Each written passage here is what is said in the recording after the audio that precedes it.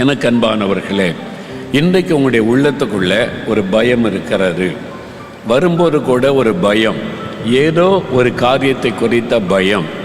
ஒருவேளை அது உங்களுடைய வியாதியை குறித்த பயமாக இருக்கலாம், தேவைகளை குறித்த பயமாக இருக்கலாம், ஊழியத்துக்கு விரோதமாய் மனிதர்கள் எழும்பினதுனால உண்டான பயமாக இருக்கலாம். ஏதோ ஒரு பயம் உங்களுடைய உள்ளத்தை பாதித்திருக்கிறது. ஆண்டவர் இயேசு இன்றைக்கு உயிர்த்தெழுந்த ஆண்டவர், மரணத்தை ஜெயித்த ஆண்டவர், சாத்தானை ஜெயித்த இயேசு இன்றைக்கு இந்த இடத்துல வந்து நின்று, என் பிள்ளைகளே பயப்படாதுங்க, உங்களுக்கு சமாதானம் என்று கூறுகிறார்.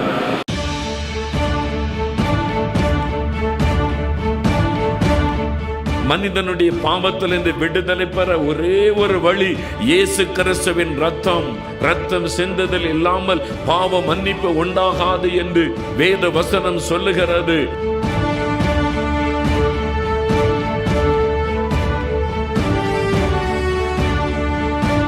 சாபத்தை ஆசீர்வாதமாய் மாற்ற இயேசு சிலுவையிலே சாபம் ஆனார்.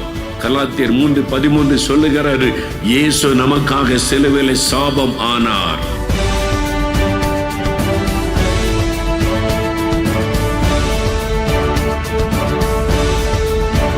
உங்கள் துக்கம் சந்தோஷமாக மாறும்.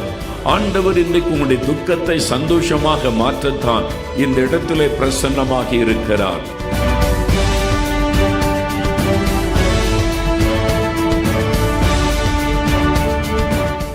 பிரியமானவர்களே, இயேசு கிறிஸ்துவின் இனிதான நாமத்தில் உங்கள் அனைவருக்கும் எங்கள் அன்பின் வாழ்த்துக்களை தெரிவித்துக் கொள்கிறோம். இந்த நாளிலும் விடுதலையின் செய்தி என்ற நிகழ்ச்சியின் மூலமாய் உங்களை சந்திப்பதில் மிகுந்த மகிழ்ச்சி அடைகிறோம். நீங்கள் சந்திக்கும் பிரச்சனைகள் நிமித்தம் பயந்து உங்கள் உள்ளத்திலும் இல்லத்திலும் சமாதானம் இல்லாமல் தவித்துக் கொண்டிருக்கிறீர்களா? உங்கள் சமாதானத்தை பாதிக்கும் பிரச்சனைகள் எதுவாக இருந்தாலும் உயிர்த்தெழுந்த இயேசு கிறிஸ்து உங்கள் பிரச்சனைகளை மாற்றி உங்களுக்கு மெய் சமாதானத்தை கொடுக்க வல்லவராய் இருக்கிறார். நம்பிக்கையோடு தொடர்ந்து நிகழ்ச்சியை பாருங்கள். இப்பொழுதும் சகோதரர் மோகன் சிலாசரஸ் அவர்கள் தேவ செய்தி அளித்து உங்களின் ஆசீர்வாதத்திற்காகவும் விடுதலைக்காகவும் சிறப்பு பிரார்த்தனை ஏறெடுப்பார்கள். பரிசுத்த யோவான் எழுதின சுவிசேஷம் 20ஆம் அதிகாரம் 19வது வசனம் 20வது வசனம் 2 வசனங்களை வாசிக்க கேட்போம். வாரத்தின் முதல் நாளாகிய அன்றைய தினம் சாயங்கால வேளையிலே சீஷர்கள் கூடியிருந்த இடத்தில் யூதர்களுக்கு பயந்ததினால் கதவுகள் பூட்டியிருக்கையில் இயேசு வந்து நடுவே நின்று, உங்களுக்கு சமாதானம் என்றார். அவர் இப்படி சொல்லி தம்முடைய கைகளையும் விலாவையும் அவர்களுக்கு காண்பித்தார். சீஷர்கள் கர்த்தரை கண்டு சந்தோஷப்பட்டார்கள். இயேசு சிலுவையில் அறையப்பட்டு அவர் மரித்து அடக்கமண்ணப்பட்டு விட்டார்.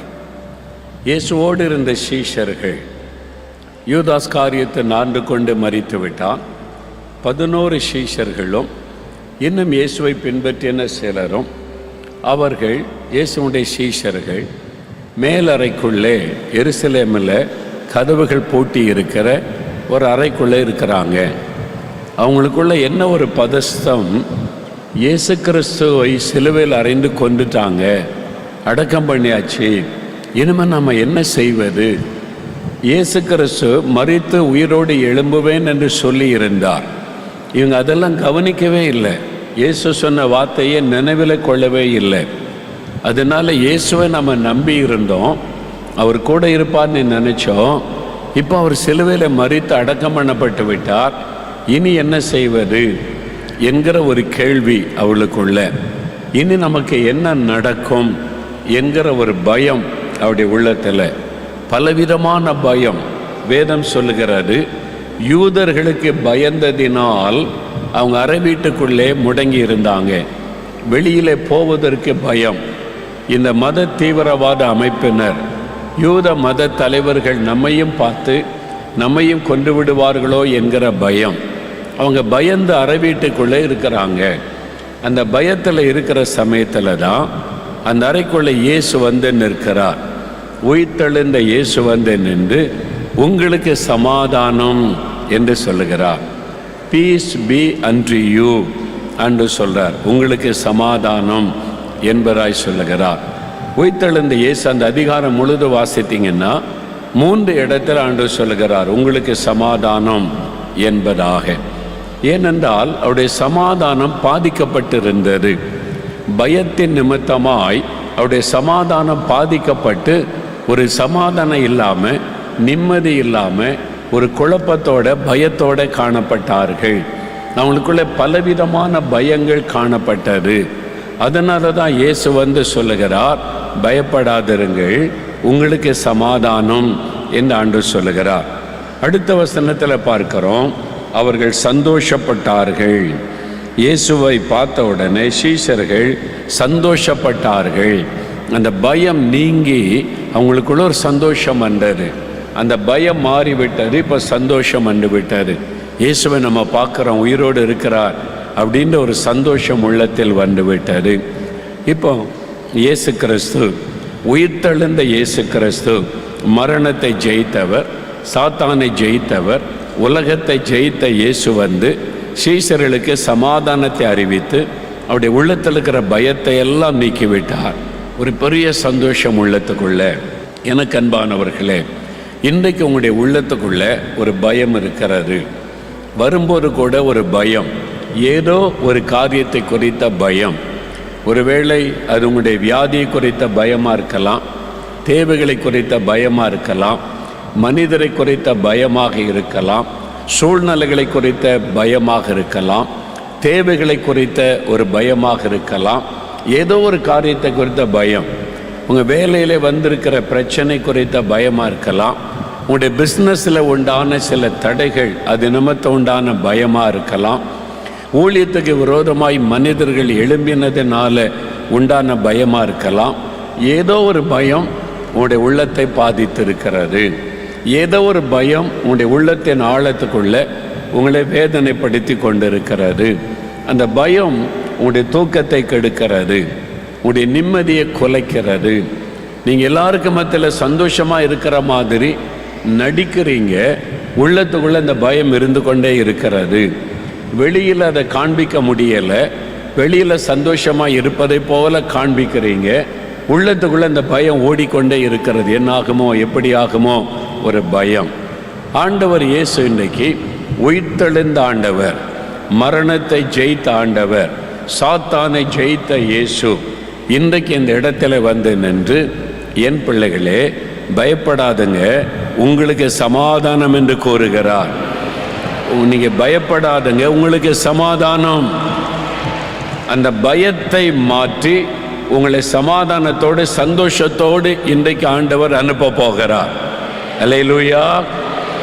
என்ன செய்தால் உங்களுடைய பயம் மாறி சந்தோஷம் வரும் என்று ஆண்டவருக்கு தெரியும். உங்களுக்கு என்ன அற்புதம் செய்தால் அந்த பயம் உங்களை விட்டு விலகி நீங்கள் மகிழ்ச்சி அடைவீர்கள் என்பது ஆண்டவருக்கு தெரியும். அந்த அற்புதத்தை ஆண்டவர் உங்களுக்கு செய்ய போகிறார். அதுக்கு தான் ஆண்டவர் உங்களை சந்திக்க உயிர்த்தெழுந்த ஆண்டவராக வந்து நின்று உங்களுக்கு சமாதானம் என்பதாக கூறுகிறார். சரி, இந்த சீஷர்களுக்கு 3 விதமான பயங்கள் இருந்தது. 3 விதமான பயம். அதனால தான் ஆண்டவர் வந்து அந்த பயத்தை அவங்கள விட்டு மாற்றிடணும். இந்த பயம் தொடர்ந்து நிலைத்திருந்தால் இவனுடைய வாழ்க்கை முடக்கப்பட்டு போய்விடும். அதனால் இந்த பயத்தை மாற்ற வேண்டும் என்று இயேசு பிரத்யட்சமாய் வந்து நின்று அவர்களுக்கு தரிசனமாகி பயத்தை மாற்றுகிற சம்பவத்தை தான் இங்கே நாம் பார்க்கிறோம். என்னுடைய ஊழிய பாதையில் பலருக்கு ஆண்டவர் அப்படி தரிசனமாகி அற்புதம் செய்து பயத்தை மாற்றின பலரை என் ஊழிய பாதையிலே நான் சந்தித்திருக்கிறேன். உங்கள் வாழ்க்கையில கூட இன்றைக்கு அவர் உங்களை சந்திக்கும்படி இந்த இடத்தில் வந்திருக்கிறார். உண்மையாக நீங்கள் தேடினா உயிர்த்தெழுந்த இயேசுவை நீங்கள் தரிசிக்க முடியும். அமெரிக்காவில் நான் போயிருந்த போது அங்கே ஒரு சகோதரர், அவரை பற்றி அந்த நண்பர் அங்கே அந்த கூட்டத்துக்கெல்லாம் வந்து உதவி செய்வார். கேம்பு நடக்கும்போது உபவாச ஜபங்களில். அப்போது அந்த கூட்டத்தை ஒழுங்கு செய்த நண்பர் அவரை பார்த்து சொன்ன, பிரதர் இவரை பாருங்கள், அவரோட பேசுங்க, சிரித்து கை குலுக்கி பேசிட்டு போனார். இவருடைய வாழ்க்கையில் ஒரு அதிசயம் நடந்தது. என்ன அதிசயம் அப்படின்னு கேட்டால், அவர் நல்ல ஆண்டவருடைய பிள்ளை தான், இயேசுவை நேசிக்கிறார், சர்ச்சுக்கெல்லாம் போவார். ஆனால் உள்ளத்தில் சில கேள்வி, வேதத்தை குறித்து ஆண்டவரை குறித்து சில கொஸ்டின்ஸ் அவருக்கு இருந்தது. அவர் வந்து கேட்டால் மனைவி என்ன தான் விளக்கி சொன்னாலும் இதெல்லாம் என்னால் ஏற்றுக்கொள்ள முடியாது, சரியான பதில் எனக்கு வேணும் அப்படின்னு பேசுவார். அதனால் இயேசுவை அவர் சந்தேகப்படலை. இயேசுவை நேசிக்கிறார், விசுவாசிக்கிறார். ஆனால் இந்த சம்பவம், பைபிளில் சொல்லப்பட்ட இந்த காரியம் அவருக்கு ஒரு சந்தேகம், அது தெளிவடையவில்லை. பலர்கிட்ட கேட்டு பார்த்தாரு, யாரும் சரியாக அவங்களுக்கு சொல்லலை. அவர் சொல்லுவதை அவர் சொல்வார், இதை எப்படி ஏற்றுக்கொள்ள முடியும் அப்படிலாம் சொல்லிவிடுவார். அந்த மாதிரி அவருக்குள்ள உள்ளத்தில் கேள்வி. சிலர் சொன்னாங்க, இயேசுதாயா வந்தவங்க பதில் சொல்லணும், அந்த மாதிரி சொல்லக்கூடிய அளவுக்கு அவர் இருந்தார். ஒரு நாள் பாருங்கள், மாலையில் ஆஃபீஸ் முடிந்த பிறகு ஊருக்கு வெளியில் அவருடைய வீடு இருக்கிறது. வீட்டுக்கு போக கார்லே பிரயாணப்படுவார். போகிற வழியில் கேஸ் ஸ்டேஷன்னா நம்ம பெட்ரோல் பல்க்குன்றோம், அங்கே கேஸ் ஸ்டேஷன் சொல்லுவாங்க. அங்கே தான் பெட்ரோல் டீசல்லாம் போடுவாங்க. அந்த மாதிரி ஒரு இடம், அந்த இடத்துல போய் காரை நிறுத்தினார். நம்ம ஊரில் மாதிரி ஆட்கள் வந்து பெட்ரோல் போட மாட்டாங்க. இவங்க போய் பணம் கட்டணும். பணம் கட்டின உடனே அந்த கேஸ் ஸ்டேஷன் மிஷின் ஓப்பன் ஆகும், இவங்களே போட்டுக்கொள்ளணும். பணம் கட்டின அளவுக்கு அந்த மிஷின் ஓடும். அதன் பிறகு கார் எடுத்துக்கொண்டு போவாங்க. அதே மாதிரி இவர் போய் பணம் கட்டினார். வந்து காரில் வந்து கேஸ் போட்டு முடிச்சுட்டு அவர் வந்து அந்த பம்பை வச்சுட்டு காரில் இந்த பக்கம், அவர் தான் ஒரே ஆள் வண்டி ஓட்டி கொண்டு போகிறார். டிரைவிங் சீட்டில் உட்காந்து வண்டி ஓட்டுவதற்கு தன் காரை திறந்து காருக்குள்ளே ஏறி உட்கார்ந்தார். இவர் ஏறி உட்காரும்போது அந்த பக்கம் டோரை திறந்து யாரோ ஒருவர் ஏறி அந்த சீட்டு பக்கத்தில் உட்காருகிறார். ஃப்ரண்டில் 2 பேர் உட்காரல, டிரைவருக்கு பக்கத்தில் ஒருவர், அந்த பக்கம் ஒருவர் கதவை திறந்து உட்காருகிறார். இவர் பார்க்குறாரு, நம்ம காரில் யாருடா நம்ம வண்டியில் இன்னொரு ஆள் காரில் ஏறுறாங்களே அப்படின்னு சீட்டில் உட்காந்து திரும்பி பார்த்தா இயேசு வந்து உட்கார்ந்துருக்கிறார். அதில் எப்படி இருக்கும், பிரத்யட்சமாக இயேசுவை பார்க்குறார். பார்த்த உடனே இயேசுவை பார்த்த உடனே கைகள்லாம் நடுங்க ஆரம்பிக்குது. ஆண்டவர் சொன்னார், காரை எடு அப்படின்னு சொல்லி. இவர் காரை எடுத்து ஹைவேயில் போய்கொண்டே இருக்கிறார். போய்கொண்டே இருக்கும்போது ஆண்டவர் சொன்னார், உன் உள்ளத்தில் நிறைய சந்தேகம், நீ ஒவ்வொருத்தருகிட்டே கேட்ட, யாருமே சரியாக பதில் சொல்லலை, நான் பதில் சொல்ல வந்திருக்கிறேன் அப்படின்னு சொல்லி இவர் கார் ஓட்டிக்கிட்டே போகிறார். ரோட்டில் அடுத்த சீட்டில் இயேசு உட்கார்ந்து பேசிக்கொண்டே வருகிறார். ஒவ்வொரு கேள்விக்கும் ஆண்டவர் பதில் சொன்னார். இதுதான் அதுக்கு பதில், இதுதான் அதனுடைய விளக்கம், எல்லாத்தையும் சொன்னார். ஒரே ஒரு கேள்விக்கு மாத்திரம் ஆண்டவர் சொன்னார், இப்போ உனக்கு பதில் தெரியாது, சில காலம் கழித்த பிறகு இந்த கேள்விக்கான பதில் உனக்கு தெரிய வரும் அப்படி சொல்லிட்டு இயேசு மறைந்து விட்டார். ரொம்ப ஆச்சரியமாக இருக்குல்ல. பகல் நேரத்தில் காரில் இயேசு அவரோடு பிரயாணப்பட்டு எல்லாத்தையும் விளக்கி காண்பித்தார். எப்படி தோமாவுக்கு வந்து ஆண்டவர் தன்னை காண்பித்து, என் கைகளை பாரு, விலாவை பாரு, நான் உயிரோடு இருக்கிறேன் என்பதை விளங்க பண்ணினதை போல அந்த சகோதரருக்கு இயேசு எல்லாத்தையும் விளங்க பண்ணினார். காரணம் என்ன? இயேசு மரித்த உயிரோடு இருக்கிற ஆண்டவர். அல்லேலூயா. அவர் உயிரோடு இருக்கிற ஆண்டவர். ஆமென். அவர் இன்றும் மனிதர்களுக்கு தன்னை வெளிப்படுத்துகிறார். தன்னை வெளிப்படுத்தி அவருடைய பயத்தை மாற்றுகிறார், சந்தேகங்களை மாற்றுகிறார், ஆசீர்வதிக்கிறார். நீங்கள் விசுவாசத்தோடு கூப்பிட்டா இன்றைக்கு உங்களுக்கு அவர் வெளிப்படுவார். நீங்கள் விசுவாசத்தோடு கூப்பிட்டா இன்றைக்கு நீங்கள் உயிர்த்தெழுந்த இயேசுவை தரிசிக்க முடியும். அவர் வந்து நேரடியாக உங்களுக்கு அற்புதம் செய்ய முடியும். பிரியமானவர்களே, ஏதோ ஒரு காரியத்தை குறித்து பயந்து கொண்டிருக்கீங்களா? அதனால தான் ஆண்டவர் இன்னைக்கு உங்களோட பேசினார். பாருங்க, பயத்தை சந்தோஷமாக சமாதானமாக மாற்றிட்டார். உங்கள் வாழ்க்கையில் இருக்கிற பயத்தை அவர் சந்தோஷமாக மாற்றி விடுவார். இயேசு சொல்கிற, நான் உயிரோடு இருக்கிறல்ல, நீ ஏன் பயப்படணும்? அந்த உயிர்த்தெழுந்த இயேசுவை சொந்தமாக்கி கொள்ளுங்க. விசுவாசத்தோடு உங்களுடைய வாழ்க்கையில் அவருக்கு இடம் கொடுங்க. இயேசு என் கூட இருக்கிறார், அவர் உயிரோடு இருக்கிற ஆண்டவர், அது எனக்கு போதுன்னு சொல்லுங்கள். அவர் எல்லாத்தையும் பார்த்து கொள்ளுவார்.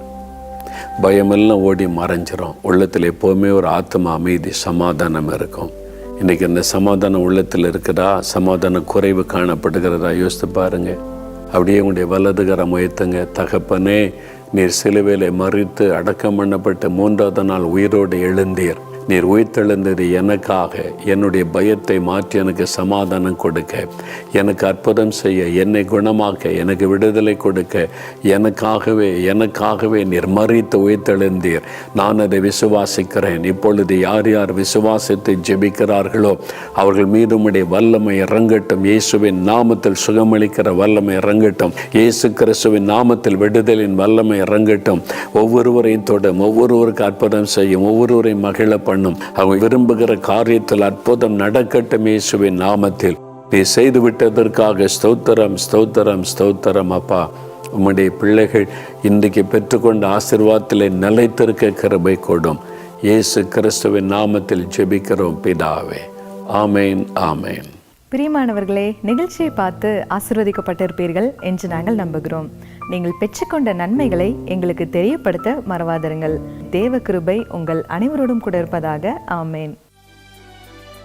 For further details and prayer support, contact Jesus Redeems Ministries, Nalumavudi, Thoothukudi District, 628-211. Our phone number 04639 353535.